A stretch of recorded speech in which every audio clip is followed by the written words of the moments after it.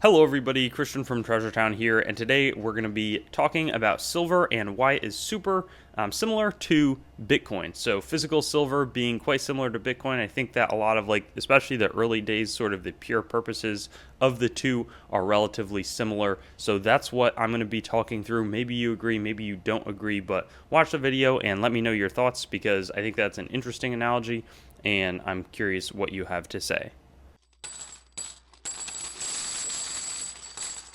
So a lot of people want to use silver in a hyperinflationary or apocalyptic scenario. Now, I think that people are also referring to sort of the downfall of the dollar, or at least its devaluation when they are purchasing silver, and especially the silver in its physical form.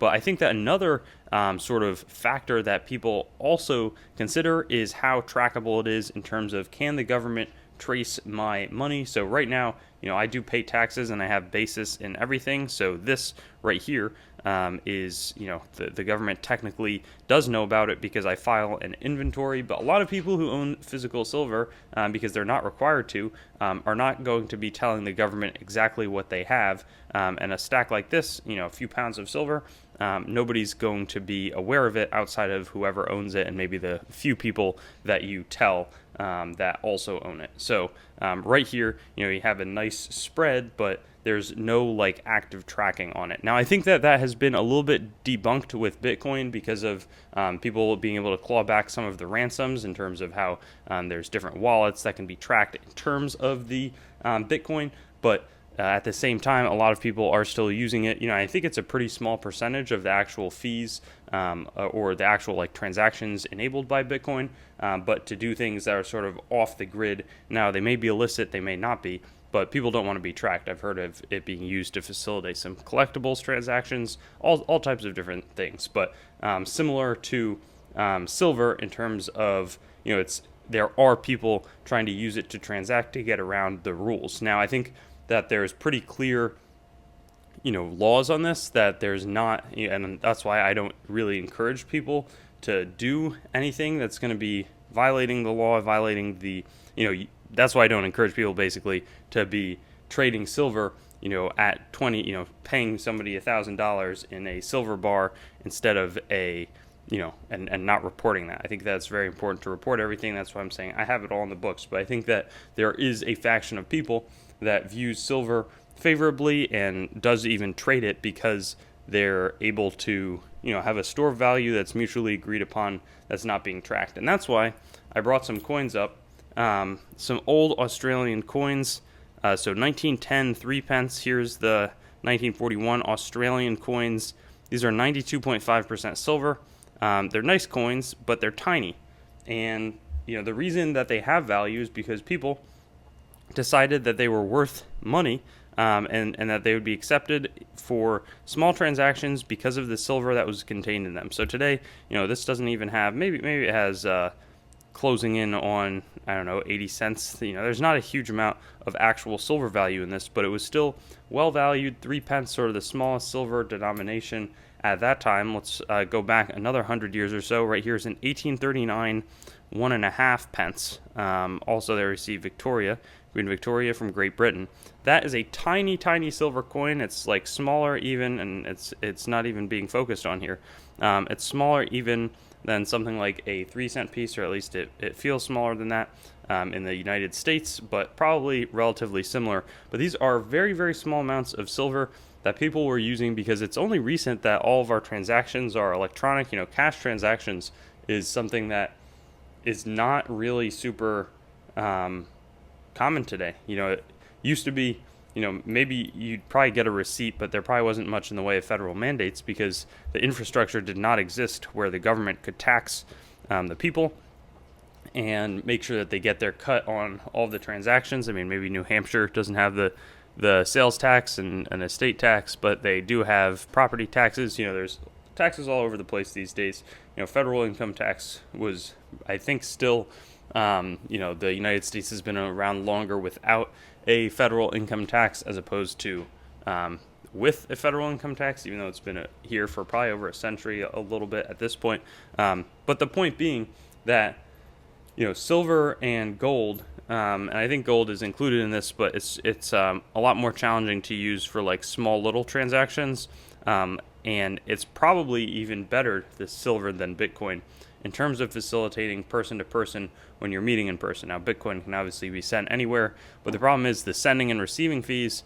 It's not super easy to send physical Bitcoin. There are a fair amount of, or not physical Bitcoin, excuse me, but like actual Bitcoin, as opposed to sort of trading contracts for ownership of it from wallet to wallet. There can be a lot of fees. Same thing with the other cryptocurrencies. And what that means, but the extension of what I'm saying is that it's a little bit more challenging to facilitate really small payments and do that quickly and efficiently. But something like this, that was only valued at 1.5 pence because, and I dropped it, people felt like they were confident in the silver value that was retained in it. Different countries had different silver standards, and that sort of contributed to the fluctuation of how the currency was traded. People didn't want to take, you couldn't trade 100 pennies for a silver dollar in the state's large sense, because nobody would accept that. They weren't viewed as the same. The large cents were just there to sort of tide people over and provide a way to account for larger denominations. These were obviously larger, and this is a restrike over here. This is an 1857 20 franc coin.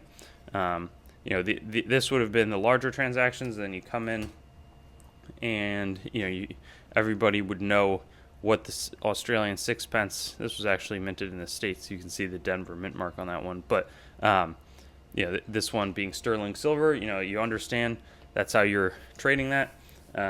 So I think that that's sort of the real parallels that I see between Bitcoin and silver and potentially gold. I think it would be awesome if non-US dollars could get used as legal tender. So if Bitcoin was made legal tender, like it has been in some places, silver, gold was made legal tender. Now I think the problem is there would be challenges with counterfeiting, and it would be a loss of tax revenue because a lot of the transactions would be less reported or more challenging to report, and that is not something that a lot of people in the government, they exist sort of to collect taxes and provide things with that money. No comment on whether what they're providing is worth the money that they're providing, but I think that that's the real obstacle to having something like, and why that it's threatening to have, this is 50% silver here, but a bunch of silver coins being transacted, because then there's real value, or it's, similar to cash, but it's a little bit different because it's less sort of on the dollar system. Physical value being traded, say in the form of 1 ounce silver coins from the United States, and not for $1, but for the true silver value, that's totally out of the system, and it's not going to be traded back into banks like dollars will, which the sort of keeps the credit cycle going and the different business cycles going, which has been a creator of massive prosperity. I think that it would be really bad for the United States if people started purely using the silver and gold and Bitcoin. It would be a sort of a fantasy that I think some people think would be cool in terms of playing out, but I think that would be really bad just because it would damage the systems that have made us what we are today and created a lot of the efficiencies and sort of opportunities for growth and higher standards of living.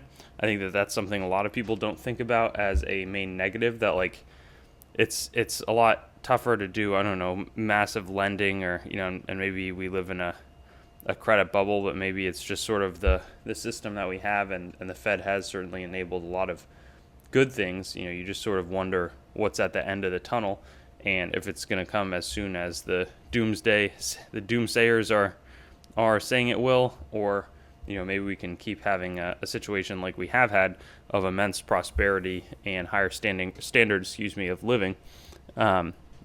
But then sort of you can go back into the whole cycle of, well, everybody's living for dopamine hits on their their phones and screens, and maybe the true standard of living is different from that. A lot of different thoughts here, but basically I think it would be really cool if Bitcoin and silver and gold could be transacted with in coin form. We started minting revalued our US dollar according to something like that, but it's really unlikely to happen. I think that they're both unlikely to happen. They're not going to make Bitcoin legal tender because it's a real threat to the system, as is something like silver and gold, which really is an old system, and it's been replaced because it's a lot more convenient for governments, which again makes sense. And it a confident fiat, people, when they have confidence in it, it's going to be able to, add a lot to life and do a lot more than if you were just trading in these little gold coins all the time. Because there are a lot of risks associated with the system that would be predicated on the gold and silver. What could be interesting is, going to like a legal tender currency that's backed by gold and silver in crypto form. But I think that's a little bit too complicated for the government and would probably not just work out too well the way, things would end up being. But thanks for watching the video. Hope that this was interesting. Maybe it was just, I think it was me rambling for 10 minutes, but I hope that you found got some interesting takeaways, because it's something I do think about a good bit. Thanks for watching the video. I'd encourage you to like, comment, and subscribe to the channel to stay updated. I've also got Facebook, Instagram, and Twitter, so you can follow me there. TreasuretownYT.com is the main channel website. Definitely give that a visit.